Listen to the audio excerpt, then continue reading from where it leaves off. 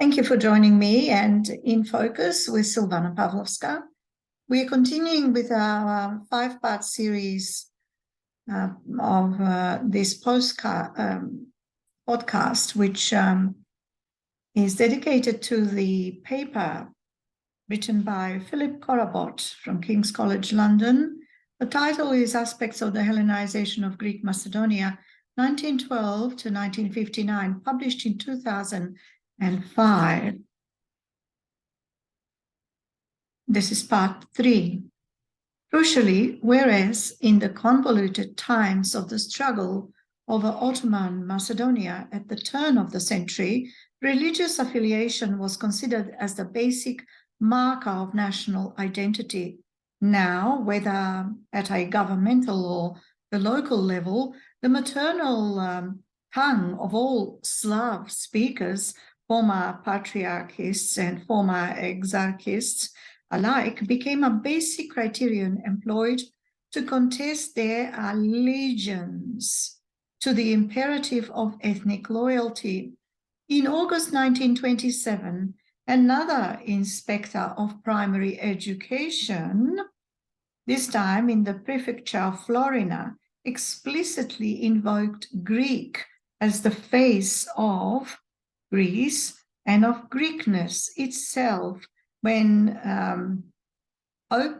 opening that the spoken language must reflect unequivocally and indisputably the national image of this land. Arguing that the existence of Slav-speaking pupils in the midst of Greek rule and Greek education throttles our Hellenism in this corner of Greece. His remedies centered on the propagation of the Greek language and, crucially, the uprooting of this repugnant foreign-like language, and crucially, the uprooting of this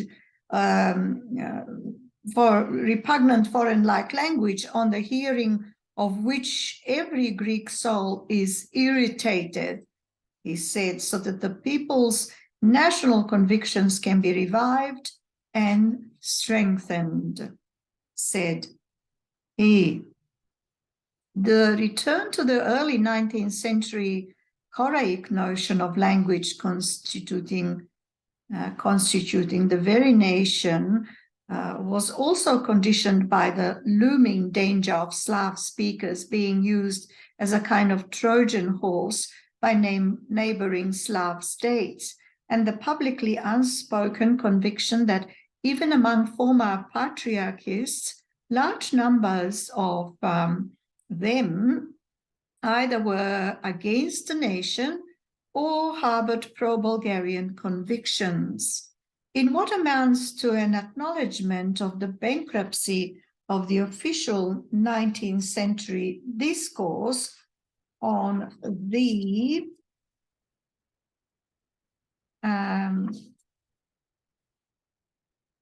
the perceived Greek consciousness of Ottoman Macedonia's Slav speakers, on the 16th of June, 1923, the Minister of the Interior, one Georgios Papandreou,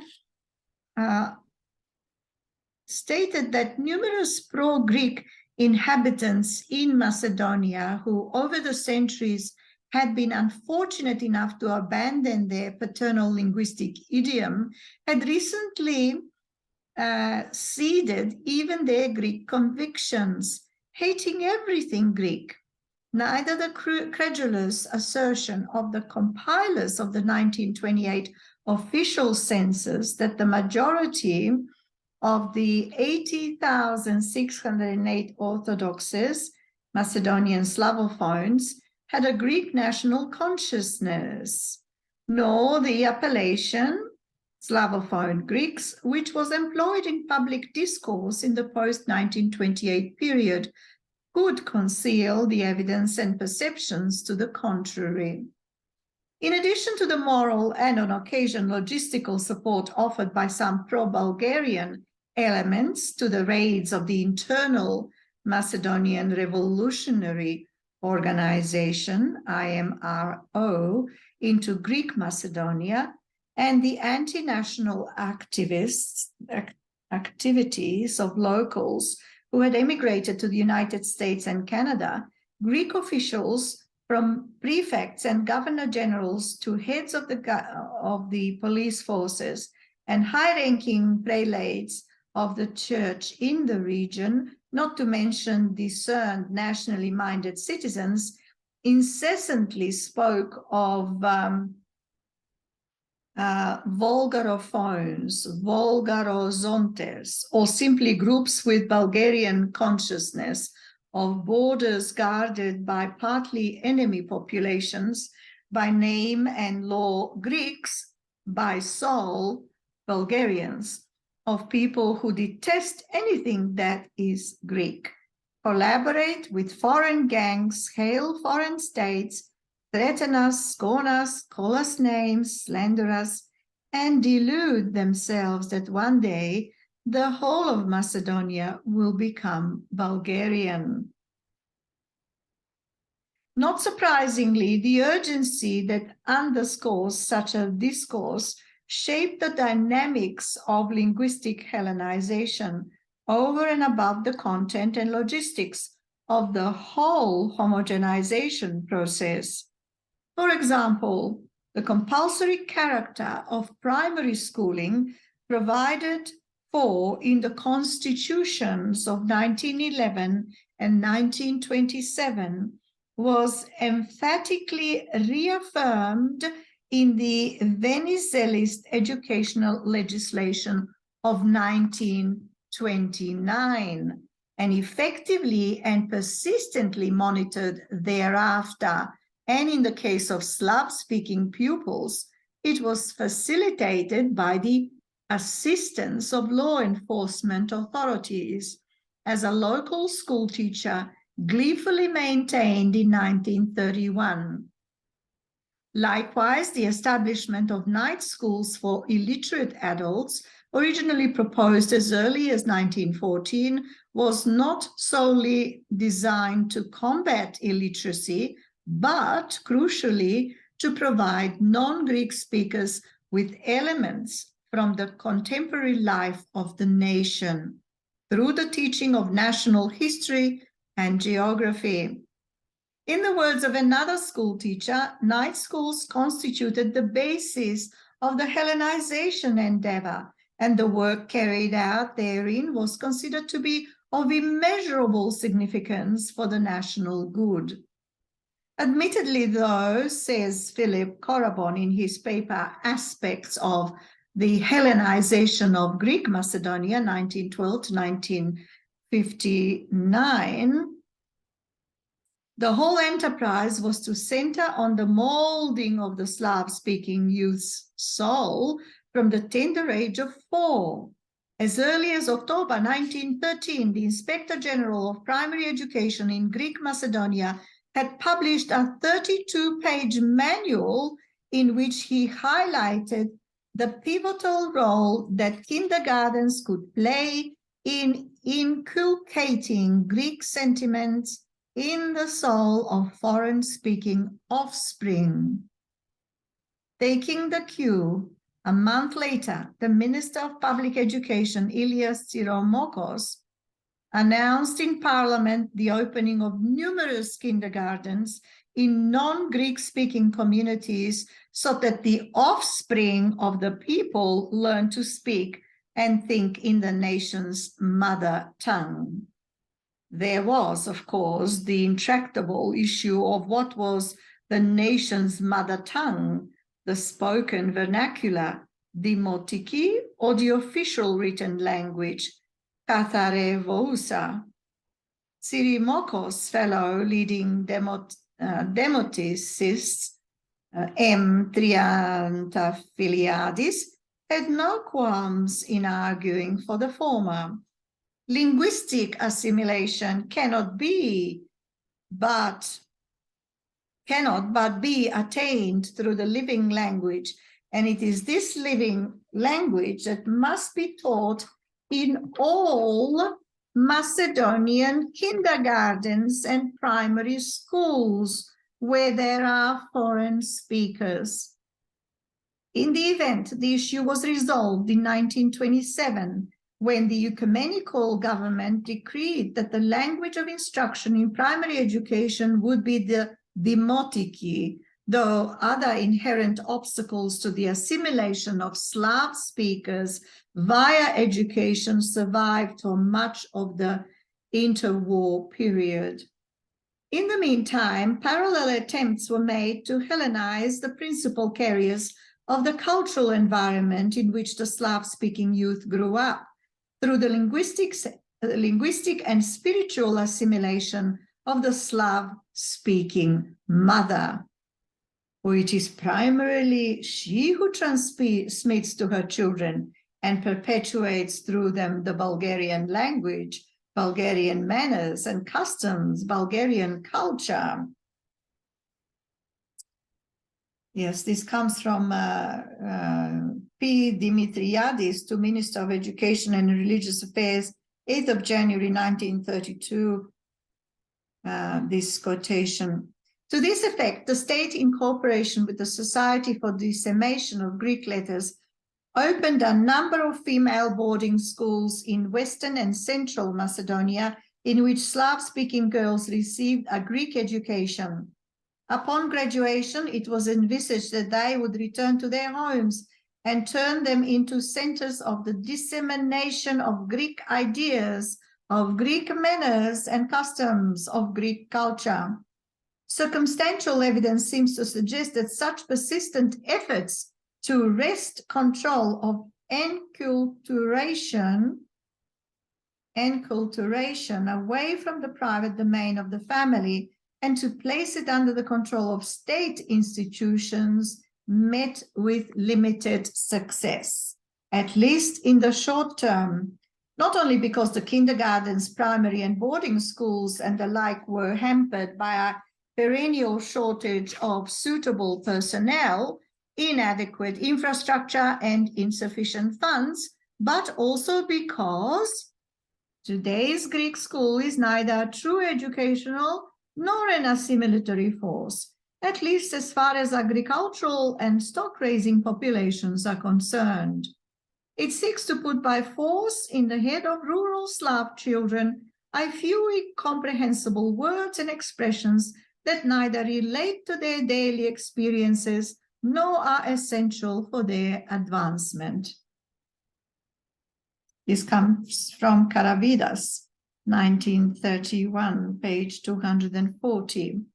If the logistics of linguistic Hellenization and the non-compatibility and recalcitrance of some members of the target group account for the limited short-term success of the enterprise in hand, in the long term it was the vulnerable, defenseless status of the Slav-speaking element and its real and imaginary association with revisionist Bulgaria, the enemy from without par excellence that undoubtedly conditioned its assimilation. On paper, at least, the collective ethnic rights of the two main others in the region, that was in Table 3, the Sephardic Jews and the Vlachs, and of course those of the Muslim of Western Thrace, were explicitly guaranteed by name in international and bilateral agreements. And in any case, the former could hardly be considered assimilatory material, whereas the pro-Romanian Vlachs were an insignificant minority. The vast majority of Vlach-speaking citizens have already been assimilated. By contrast, the Slav-speaking element as a whole was not only potentially open to assimilation, but crucially was not even recognized by name as constituting a heterolingual minority.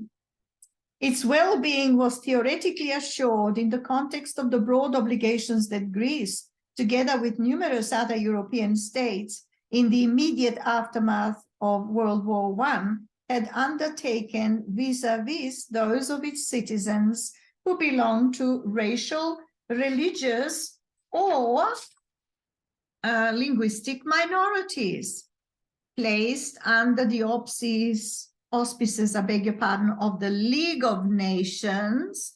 these obligations were appended to the abortive Treaty of Sèvres of 10th of August 1920, but only came into force following the ratification of the Treaty of Lausanne, July 1923, on 30th of August 1924. Until then, former schismatics, citizens who would neither directly resort to international instruments of checks and balances, nor collectively seek to safeguard their educational and religious rights in the face of homogenization, as could the Sephardic Jews and the pro-Romanian Vlachs. That much was demonstrated immediately upon the advent of Greek rule in Macedonia, when all exarchist schools were closed down, while exarchist churches were temporarily placed under the jurisdiction of the Ecumenical Patriarch of Constantinople, before being taken over by the Autocephalous Church of Greece in 1928. Both measures justified retroactively by the 1919 Newly Convention on the Greco-Bulgarian Voluntary Exchange of Populations. The emphasis on homogenization through the assimilation of Slav speakers continued, even after the coming into force of the so-called Minorities Treaty. Indeed, the evidence at hand does not seem to corroborate the standard contemporaneous Greek standpoint on Athens' policy vis-a-vis the Slavophones, neatly expressed recently as aiming at granting them minority rights, while promoting at the same time their integration into the national body. Asked by the government to comment on the Minorities Treaty on 28th of December 1920, 10th of January 1921, the renowned professor of constitutional law N. Saripoulos noted that Articles 7 and 8, which provided for the free use not only of foreign languages, but also of corrupted ones, that is, certain Greco-Slav linguistic idioms in courts and schools, were in breach of the 1911 Constitution, Article 16, Paragraph 4, and Article 107, see Table 5. To this effect, he proposed the following constitutional amendment. The provisions of the Treaty on the Safeguarding of National Minorities, applicable even if they contravene articles of the Constitution or those of the pertinent legislation. For only then could Article 1 of the treaty, which had provided that Greece undertakes that the stipulations contained in Articles 2 to 8 of this chapter shall be recognized as fundamental laws, and that no law, regulation, or official action shall conflict or interfere with these stipulations, nor not shall any law, regulation, or official action prevail over them, be implemented by the legislator, the judge, the civil servant in general. Not only did his proposal remain a dead letter, but in the wake of the abortive Politis Kalfov Protocol of September 1924 that had recognized the Slav-speaking element of the country as constituting a Bulgarian minority, an additional caveat was raised by the MFA, which accepted the view of its legal counselor S. Seferiadis, father of the future poet laureate Yorgos, that minority rights could only be granted to those minority groups whose members are trustworthy of the state of which they happen to be nationals. And the reference to table 5 is shown here. If we look at the first column, and in fact there are 3 columns, so let's look at the first column and see what Philip Karabot has written in that column. Articles on private educational establishments in the 1911 and 1927 Constitution. We go to the next page, Article 107, only in the 1911 Constitution. The official language of the state is that in which the Constitution and legislative texts are written. Any intervention seeking to corrupt it is prohibited. Article 16, paragraph 3 and Articles 23, paragraph 3, individuals and legal entities are allowed to found private educational establishments which operate according to the Constitution and the laws of the state.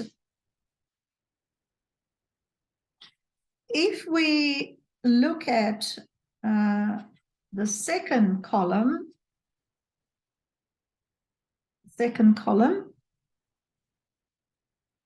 that deals with key articles of the Minorities Treaty, which is the one from the League of Nations, 1927.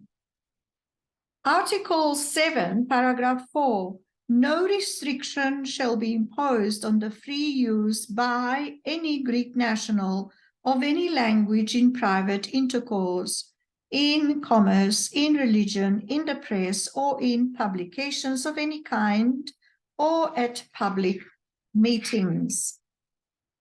Paragraph 5 says, what notwithstanding any establishment by the Greek government of an official language, adequate facilities shall be given to Greek nationals of non-Greek speech for the use of their language, either orally or in writing before the courts. Article 8, Greek nationals who belong to racial, religious, or linguistic minorities shall enjoy the same treatment and security in law and in fact as the other Greek nationals. In particular, they shall have an equal right to establish, manage, and control at their own expense charitable, religious, and social institutions, schools, and other educational establishments, with the right to use their own language and to exercise their religion freely therein. Article 9, Greece will provide in the public education system in towns and districts in which a considerable proportion of Greek nationals of other than Greek speech are resident. Adequate facilities for ensuring that in the primary schools, the instruction shall be given to the children of such Greek nationals through the medium of their own language. This provision shall not prevent the Greek government from making the teaching of the Greek language obligatory in the said schools. In towns and districts where there is considerable proportion of Greek nationals belonging to racial, religious, or linguistic minorities, these minorities shall be assured an equitable share in the enjoyment and application of the sums which may be provided out of public funds under the state, municipal, or other budgets for educational, religious, or charitable purposes.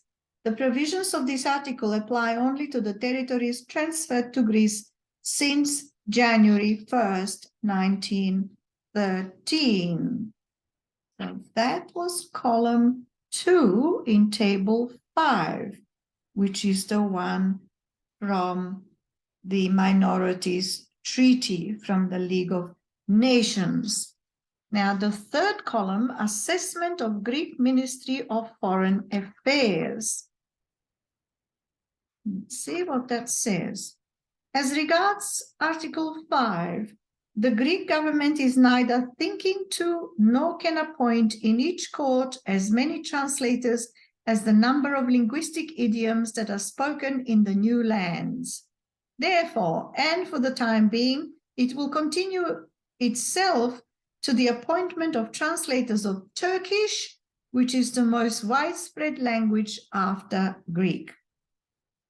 Concerning Article 8, we note that the creation of propagandist centers with money sent from abroad should not be allowed. A detailed examination of funds to that effect should precede any consent to the establishment of such institutions, while a rigorous inspection of those that already exist should eliminate any foreign intervention.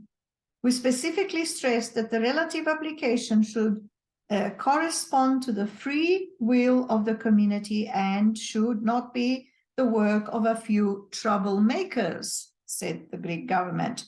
The provisions of Article 9, especially as regards foreign-speaking Christian populations, are particularly dangerous, said the government, because they could form the pretext for foreign propagandist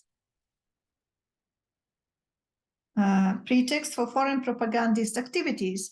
For this reason, in order to apply the provisions of this article, applications should be received from compactly settled populations via their legal representatives who should truly express the free will of the minority that they represent.